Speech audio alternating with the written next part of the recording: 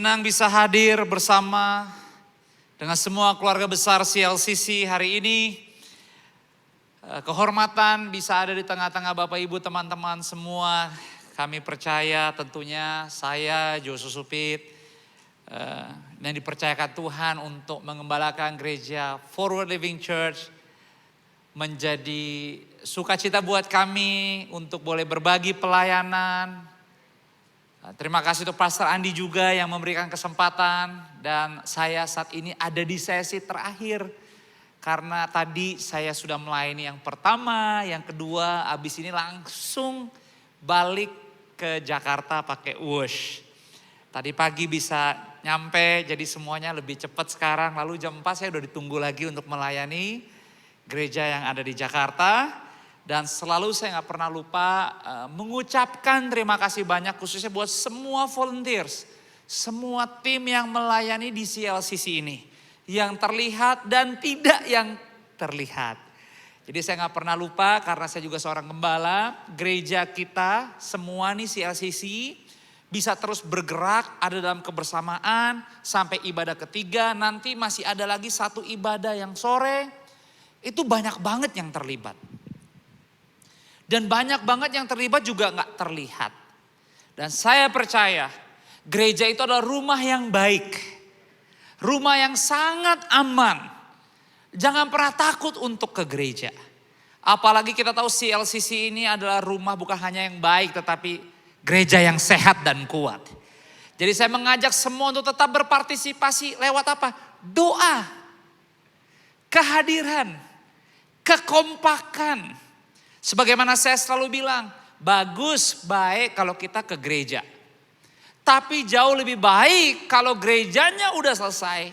Dimanapun kita berada, kita bisa tetap bergereja. Karena justru menjadi sukacita tantangan juga buat kita tersendiri sebagai orang Kristen, anak-anak Tuhan. Adalah bukan hanya pas ada orang. Tapi di saat tidak ada orang pun. Kita tetap bisa menyenangkan hati Tuhan. Jadi terima kasih untuk semua teman-teman yang mengambil bagian dalam pelayanan. Karena saya percaya yang Anda lakukan tidak pernah sia-sia. Jadi saya mengajak sekali lagi teman-teman keluarga CLCC di sini. Berikan yuk tepuk tangan buat semua yang dari tadi pagi sampai nanti sore akan melayani kita. Luar biasa.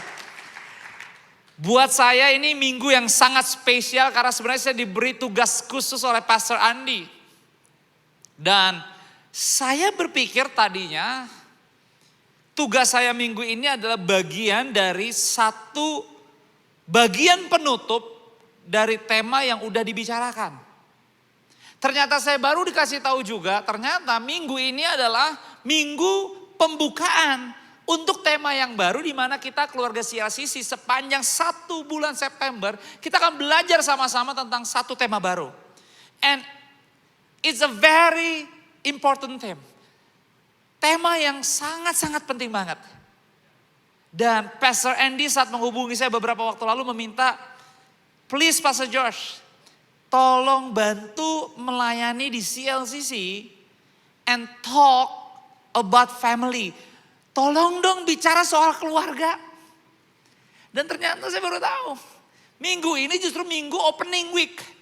Jadi kehormatan banget nih untuk saya minggu pertama boleh membuka jalan. Sebelum minggu depan Pastor Andi yang bicarakan ya, full service ya. Saya buka jalan dulu karena sepanjang 1 bulan ini kita akan bicara tentang tema yaitu Family Matters. Bisa gak bilang sama-sama Family Matters? 2, 3, Family Matters. Keluarga tuh penting banget. Serius penting.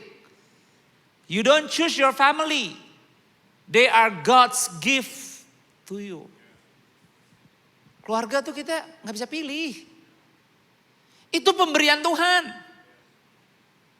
Nanti sabar ya beberapa menit ke depan, sisa 25 menit lagi nih.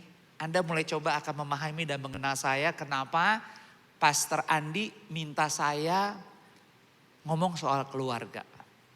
Karena selain saya Tuhan izinkan untuk melayani gerejanya, mengembalakannya. Memang goalnya itu kalau orang-orang tanya ke saya, what's your goal in life, Josh? My goal in life very simple. Ini hebat banget nih hari ini pemilihan lagunya. Makanya tadi ditanyakan, Pastor, kalau abis khotbah lagu yang tadi cocok gak? Cocok banget. Karena actually itu goal hidup saya. Aku dan seisi rumahku, keluargaku, mau melayani Tuhan. Melayani gak harus di gereja kan.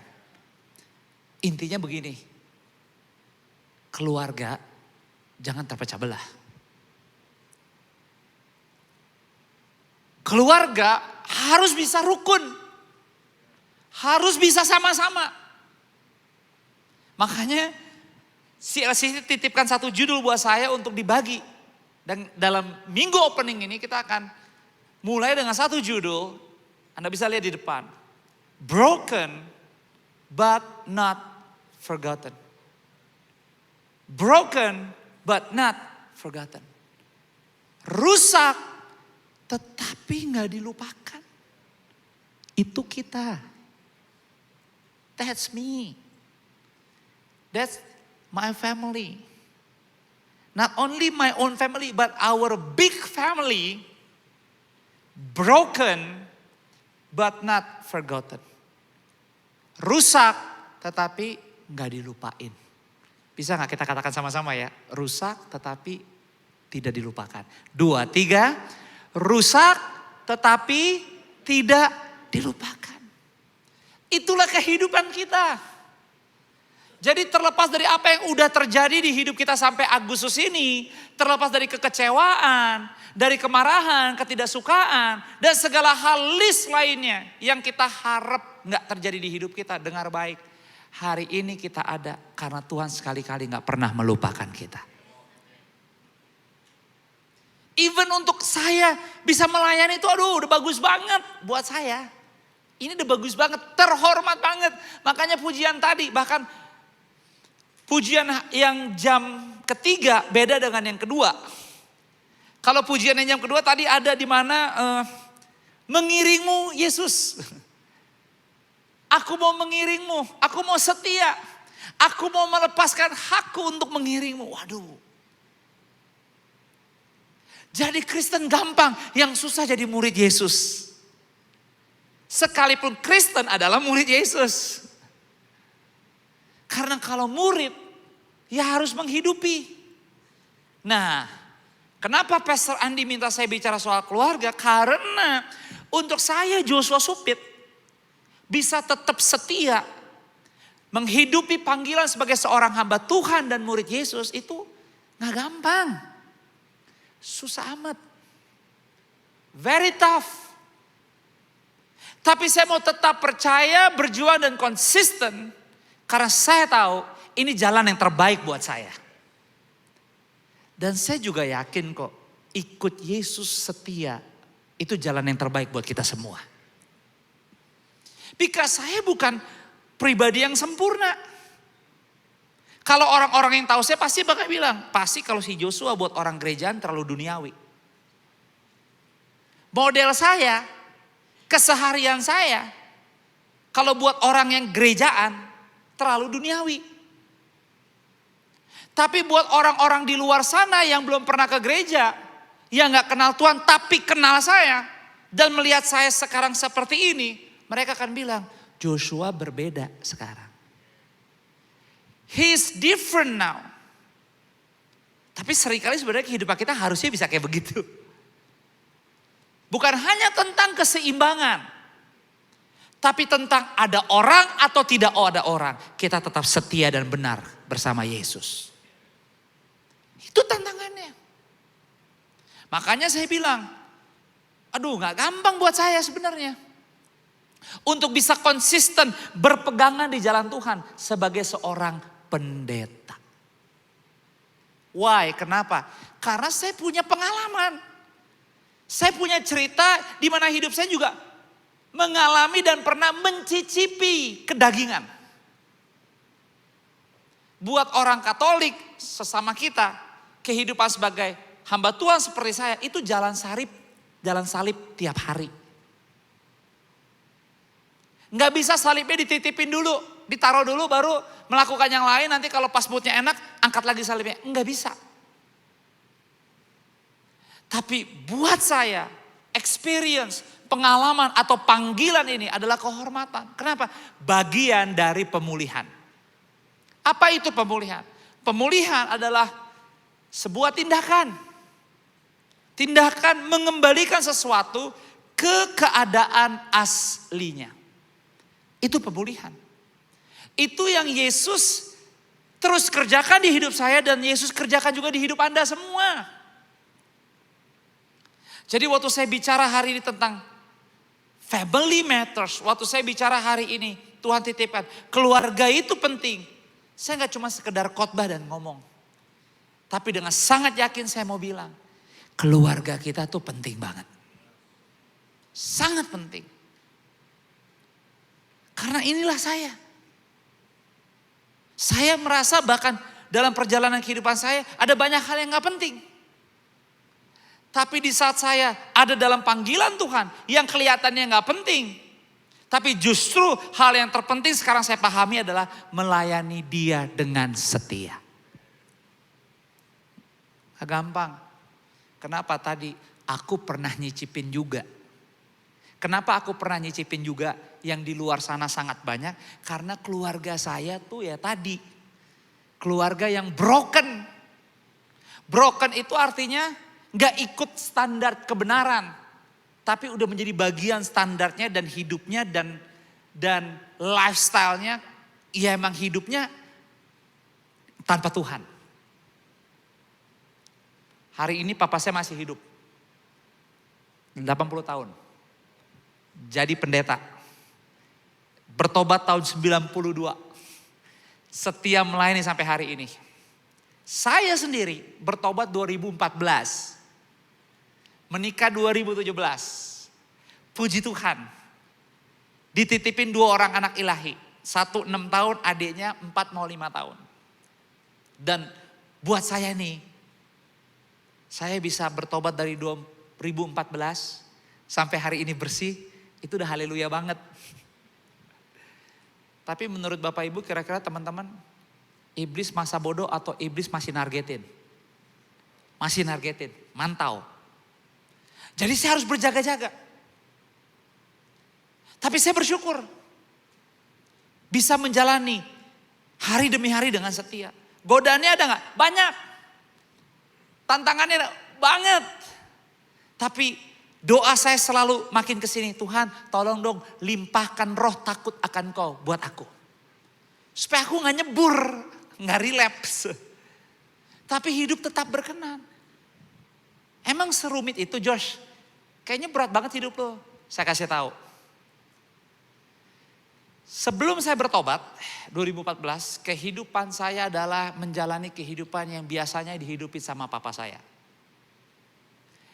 Kalau di Jakarta banyak orang kenal saya sebagai pendeta hari ini, tapi banyak banget juga yang kenal saya. Saya emang bukan orang yang bergereja. Dalam artian ngikutin Tuhan benar. Sebelum saya bertobat, kalau bahasa gini, kalau mau deket atau kenal sama saya mau deket, kalau nggak ada masalah, nggak usah. Nggak menguntungkan kamu, nggak menguntungkan saya.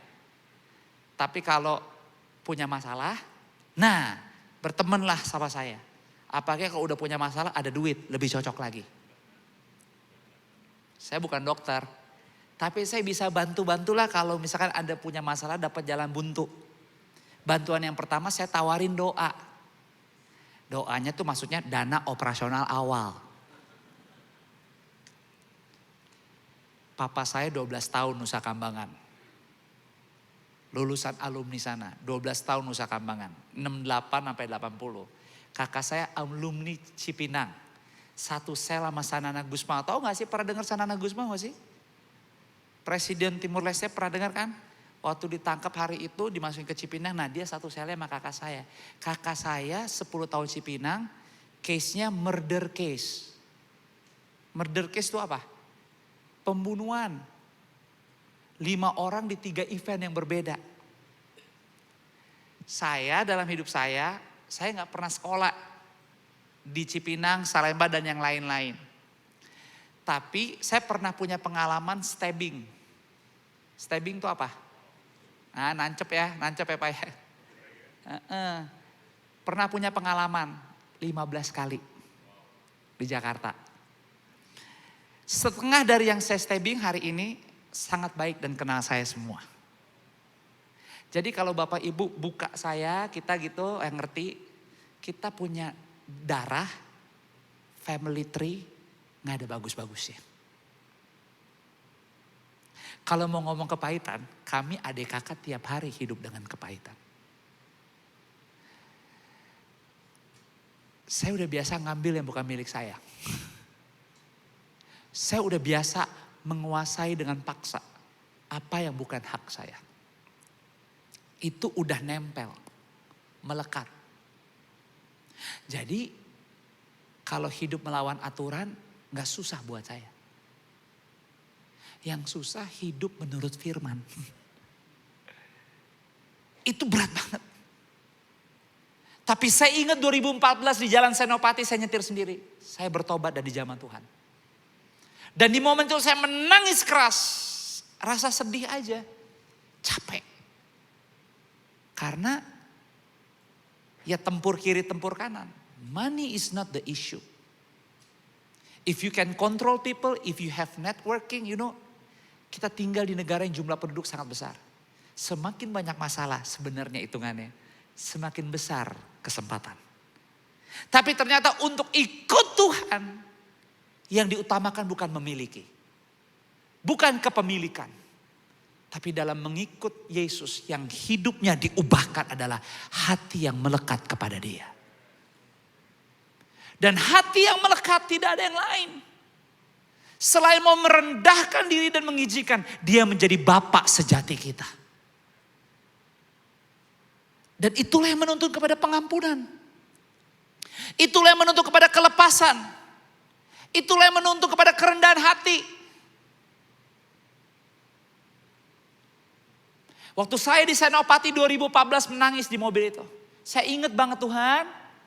Nah ini story yang belum ada di ibadah 1, ibadah 2 tadi. Tuhan, mau dong. Saya mau tobat, saya nangis. Tapi boleh gak saya minta? Saya mau nikah. Udah saya mau nikah. Tapi saya spesifik minta satu nama. Tapi kalau boleh, istrinya saya sebut nama istri saya sekarang. Alena. Itu emang udah impian dari zaman dulu.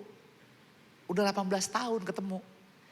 Jadi saya udah keliling dunia. Cialah keliling dunia maksudnya udah muter-muter lah semuanya lah. Tapi impianku wanitanya cuma satu. Alena. Jadi di mobil saya bilang, Tuhan boleh gak istrinya dia? Percaya gak percaya, ini tadi belum saya ceritain. Gak nyampe sebulan kemudian. Teman saya nelfon. Di mana lo? Di kantor. Teman saya punya toko furniture. Lu percaya gak? Gue lagi lihat CCTV, ada siapa di toko gue? Ada siapa saya bilang? Ada wanita idaman lu. Saudara percaya gak? Itu benar-benar ya. Padahal saya udah lama banget gak ketemu istri saya. Lama banget. Boro-boro ada WA, itu belum ada WA. Kayaknya pertama kali ngeliat 18 tahun pager baru handphone. Saya bilang yang benar, iya dia lagi sama bosnya kayaknya. Ngeliat furniture. Saya ingat teman saya sekarang melayani dan bergereja di tempat saya melayani. Saya bilang gini, lu bisa tahan gak? Kan lu yang punya. Kalau dia tawar, gue tahan sampai lu datang. Saya bilang lu tahan dong, gue udah lama gak lihat, gue pengen datang. Jadi saya waktu itu keluar kantor, saya ingat saya ngebut banget ya hari itu gak semacet sekarang. Pas saya nyampe teman saya bilang, terlambat loh, baru jalan. Ya elah. Tapi teman saya bilang begini, sabar. Dia beli sofa bosnya buat di kantor. Baru datang lusa, katanya dia mau datang lagi. Datang lagi lo lusa. Akhirnya saya ketemu saudara. Apa yang terjadi? Itu 2014 kan? 2017 nikah. Tapi tahu gak? Jauh sebelum saya nikah. Semenjak saya udah akhirnya connect lagi dengan Alena. Mulai ngedeketin. Dan saat keluarganya dan teman-temannya tahu bahwa Joshua Supit ngedeketin Alena.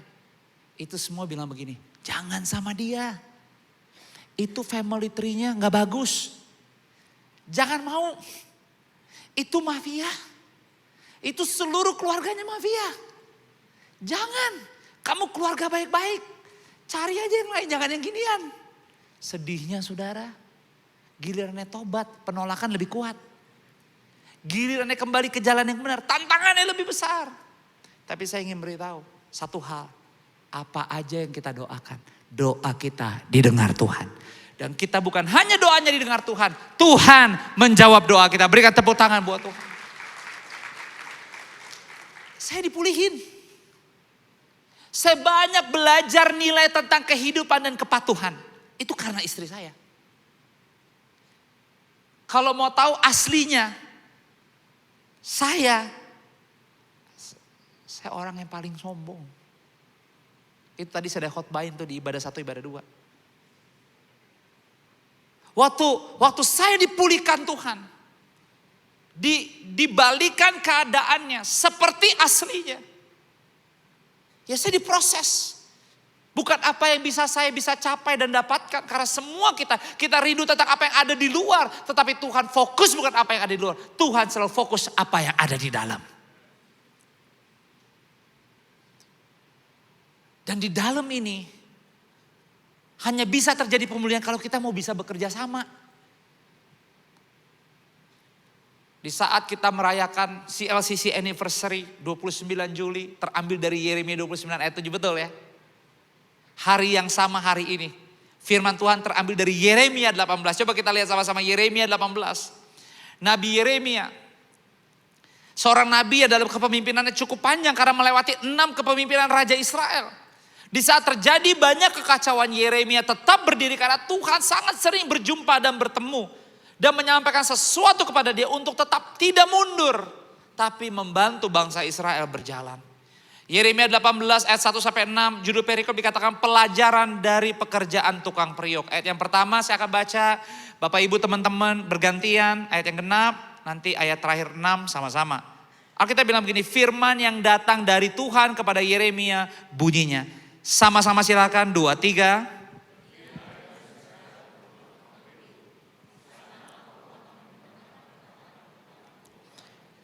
Lalu pergilah aku ke rumah tukang periuk dan kebetulan ia sedang bekerja dengan pelarikan.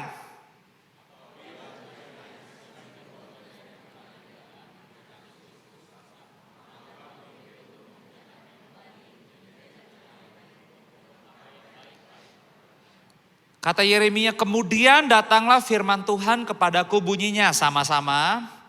Masa akan aku tidak dapat bertindak kepada kamu seperti tukang periuk ini, hai kaum Israel. Demikianlah firman Tuhan, sungguh seperti tanah liat di tangan tukang periuk, demikianlah kamu di tanganku, hai kaum Israel. Jadi Anda bisa lihat betapa kerinduannya Tuhan, tidak ada yang lain selalu untuk melakukan perbaikan, pemulihan. Artinya Tuhan sangat fokus dengan kesempatan. Dan kita semua punya kesempatan untuk hidup lebih baik daripada sebelumnya. Not only me, not only us, but our family. Itu yang harusnya menjadi semangat kehidupan kita setiap kali kita ke gereja, setiap kali kita datang beribadah seperti ini. It's not only about my ministry, it's not only about my religion, it's not only about my time. Tapi it's about Jesus coming to my heart. Inilah tentang waktu kita ibadah di sini dari menit pertama sampai selesai kita menginginkan Yesus hadir, Yesus melawat pikiran dan hati kita. Supaya kita bisa berubah. Kita menjadi berbeda. Tadi saya bicara soal kata sobok. That's me.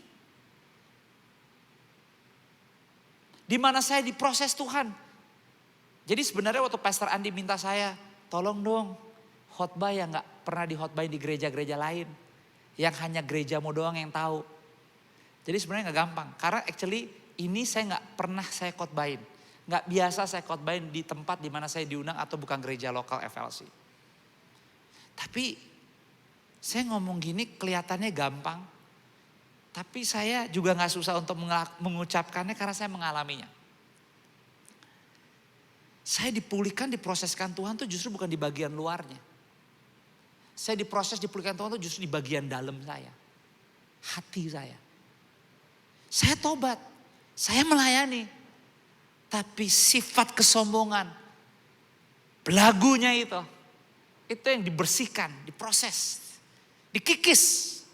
Dan ternyata Tuhan melakukan itu dalam satu bagian pemrosesan yang bisa dikatakan buat saya itu berat banget. Di area apa? Keuangan. 2019, before COVID, saya diproses Tuhan di keuangan saya. Bisa dibilang tuh keuangan saya tuh sampai nol. Tadi di ruangan atas saya sempat sebut ya. Di BCA saya terakhir berapa ya?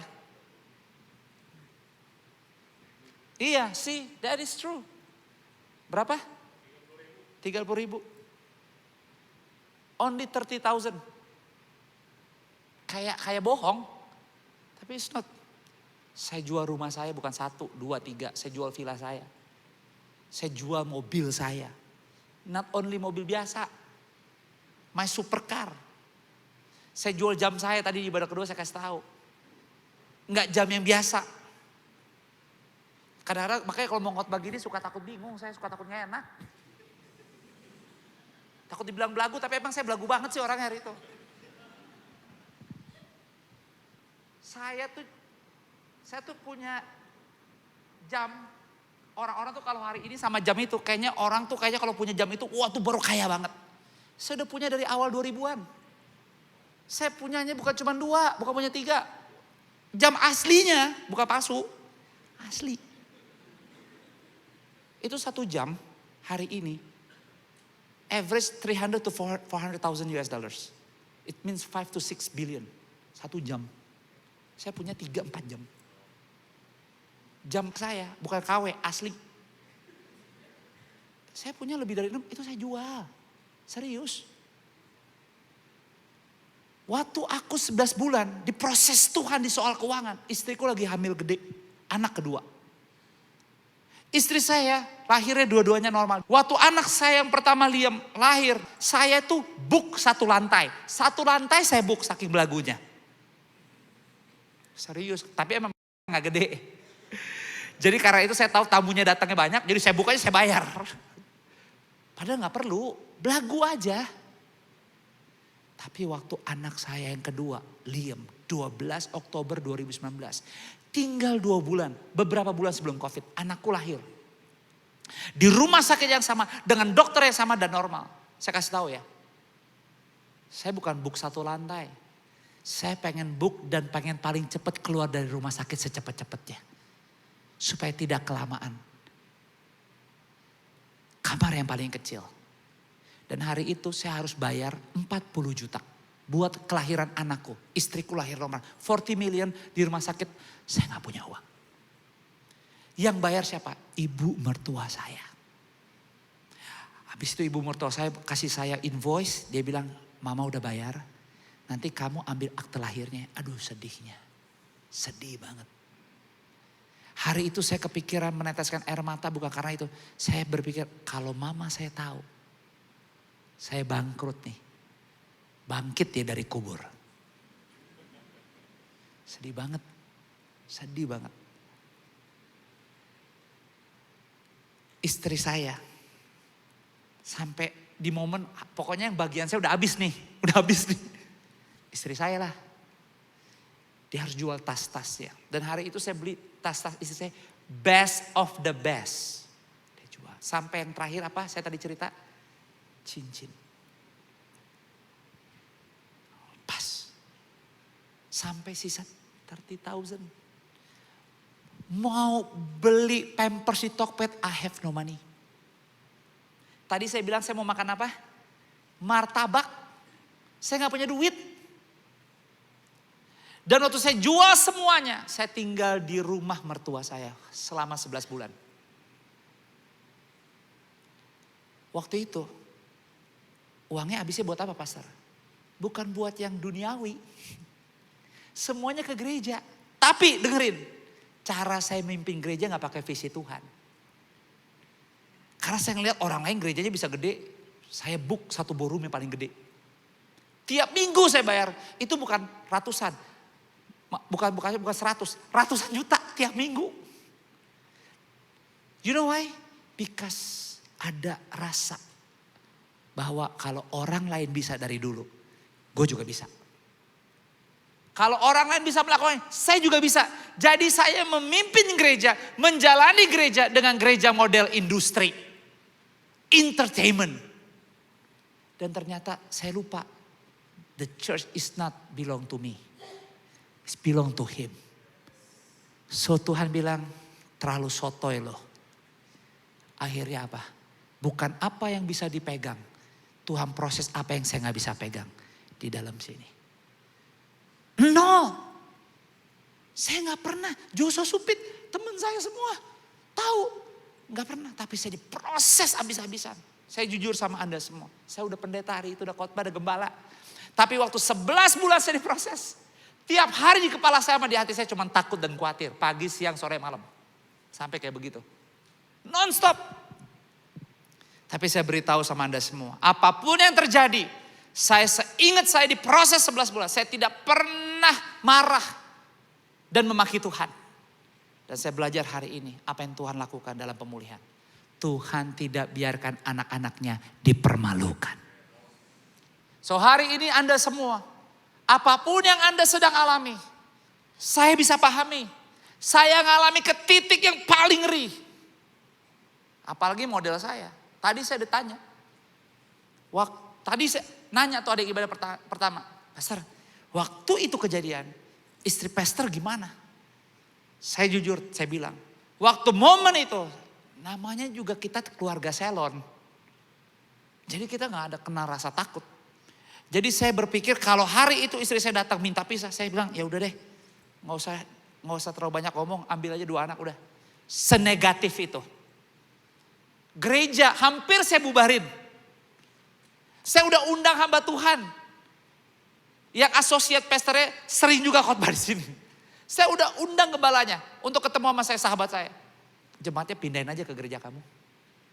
I have no money. Tapi orang yang sama ngomong ke saya. Dia bilang begini, Joshua, apa gunanya kamu memiliki semua ini? Tapi kamu gak memiliki Tuhan. Apa gunanya kamu memiliki semua kekayaan? Lukas 16. Tapi kamu tidak lebih dulu kaya dalam Tuhan. Saya diproses. Bukan lagi soal keluarganya rusak. Even my mental, my financial. Dan waktu saya nikah 2017, saya nikah di mana? Di Austria, Vienna. Istri saya because half Austria. Dan waktu saya nikah di Vienna, biayanya tuh millions of euro. Istri mana yang 2017 nikah mewah, mengalami semua kemewahan. 2019 jual semuanya. Tapi sampai hari ini istri yang sama Alena Ulmer Supit. Tidak sekalipun baik lagi dia di atas atau di bawah. Memaki atau menyerang saya.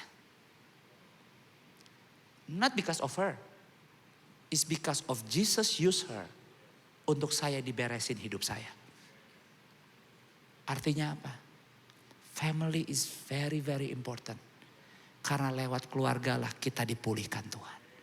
Kalau cuma sendiri gak akan kuat, saya pasti relapse. Kita semua banyak errornya. Dan iblis selalu akan tarik-tarik kita. That's why dari tadi saya ngomong, we need community. Kita perlu komunitas di gereja ini. CLCC Anda punya home.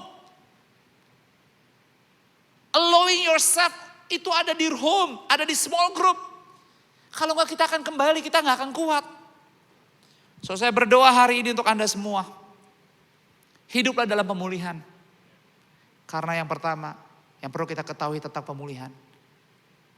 Karena Yesus memulihkan saudara oleh kasih-Nya. Dan dia tidak pernah berhenti mengerjakan, menyempurnakan. Even Anda menolak, even Anda gak mau. Tapi kalau Anda masih hidup sampai hari ini. Dan Tuhan bawa Anda ke gereja ini siang ini. Itu karena Tuhan mengasihi Anda. Bagi Tuhan yang diperlukan adalah Anda percaya. Dan di momen tadi saya cerita. Di saat COVID lah justru. Tuhan kembalikan apa yang hilang. Tentunya dengan kepantasan. Buat saya menerima kenyataan is not easy. Tapi waktu roh takut akan Tuhan melimpah dalam saya. Saya paham, I'm just ordinary Joshua Supit. Kalau hari ini aku hidup, bukan lagi aku yang hidup, tapi Kristus yang hidup di dalam aku. I've been there, done that. But one thing, kalaupun aku mau kembali, aku hanya kembali kepada Yesus. Hanya karena kasih Yesuslah yang menyelamatkan dan memberikan ketenangan di kehidupan dan keluarga. Aku berikan tepuk tangan buat Tuhan. Dan yang kedua, kenapa Tuhan memulihkan? Karena hidupmu dan hidupku sangatlah berharga. So appreciate your life. Appreciate your church. Gunakan waktu yang ada. Selagi masih bisa. Selagi masih punya kesempatan. Itulah kenapa tadi di ibadah 1, di ibadah kedua saya lebih sedikit emosional itu karena you know what? I wish ibu saya waktu saya dipulihkan, waktu saya bertobat, waktu saya menikah dan punya 2 anak, dia ada. Tapi dia udah gak ada. Mungkin kita juga punya orang tua yang udah di surga. Dan mungkin selalu ada orang lain berkata, orang tuamu, mama, papamu dari surga pasti melihat kamu. Tapi you know, it just will be different. Akan berbeda aja. Kalau orang tua kita masih ada sama kita. Dan melihat kita berubah lebih baik. Menjadi anak Tuhan. Menjadi hamba Tuhan. Dan mau melayani orang lain. So hari ini, kalau Anda di sini masih memiliki keluarga. Terlepas dari apapun yang sedang terjadi. Tuhan gak pernah proses soal lingkungannya. Tuhan gak pernah proses fokus kepada keadaan yang lagi engkau alami. Yang Tuhan fokus adalah hidupmu dan hidupku. Dan kasihnya tidak terbatas. Asal mau aja. You know why? Because sebenarnya aku gak sejelek yang aku kira. Anda gak sejelek yang Anda kira. Sebab kita semua milik Yesus. Dan kita sangat berharga. Don't hurt yourself. Don't hurt your family lewat perkataanmu. Pakai mulutmu jangan untuk mengutuk. Tapi pakai mulutmu untuk memberkati keluargamu. Pakai mulutmu untuk memberkati masa depanmu. Kalau saya dari tadi udah banyak cerita. Banyak banget cerita sebenarnya. Cuma kan waktunya udah terbatas. So many things, crazy things happen in my life. Doesn't matter. For me, King of Kings, only Jesus. And the Savior is only one, gak ada yang lain. I don't care. Tugas saya adalah saya berdoa Tuhan, moga-moga hari-hari saya, istri dan anak-anak, hidup dalam kepantasan di hadapanmu. Dan gak menyakiti hatimu. That's more than enough for me. That's why every single day, aku minta forgiveness. Forgiveness and forgiveness. Bukan karena kuat, bukan karena gagah. Siang hari ini, hari Minggu kita ada. Semua karena anugerah Tuhan. Selagi masih bisa mengembalikan yang baik sama Tuhan, kembalikan kepada Tuhan. Karena kasihnya tidak berkesudahan. Have a blessed Sunday afternoon. Tuhan memberkati Anda semua. Tundukkan kepala dan saya akan berdoa. Bapak, aku berdoa buat setiap keluargaku CLCC satu demi satu di sini tanpa terkecuali. Jamah setiap hati. Setiap pikiran, setiap kehidupan, setiap keluarga dalam namamu Yesus. Sembuhkan yang terluka, yang tersakiti, yang kecewa, yang mengalami kepahitan, dendam. Dalam nama Yesus disembuhkan hatimu. Terima damai, terima pengampunan dari Tuhan. Yang lama sudah berlalu, kamu akan pulang. Tidak sama seperti waktu kau datang, bahkan dari ujung kepala sampai kaki. Dipulihkan total. Masa depanmu baik. Agustus ini luar biasa, dia akan tetap tunjukkan bulan ini lebih baik daripada yang kemarin. Dia akan berikan yang lebih. Yang kau sanggup doakan, yang engkau tidak kira, tidak sangka.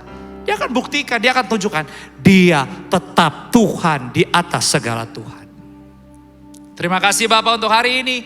Lengkapi urapan yang baru turun. Sehingga semua kami keluarga CLCC di sini semakin hari semakin hidup takut akan Engkau. Thank you so much. Kemuliaan hanya bagimu. Di dalam nama Yesus kita yang sudah menerima firman. mau merenungkan dan melakukan. Sama-sama yuk yakini semua katakan amin. Berikan tepuk tangan buat Tuhan. Tuhan memberkati.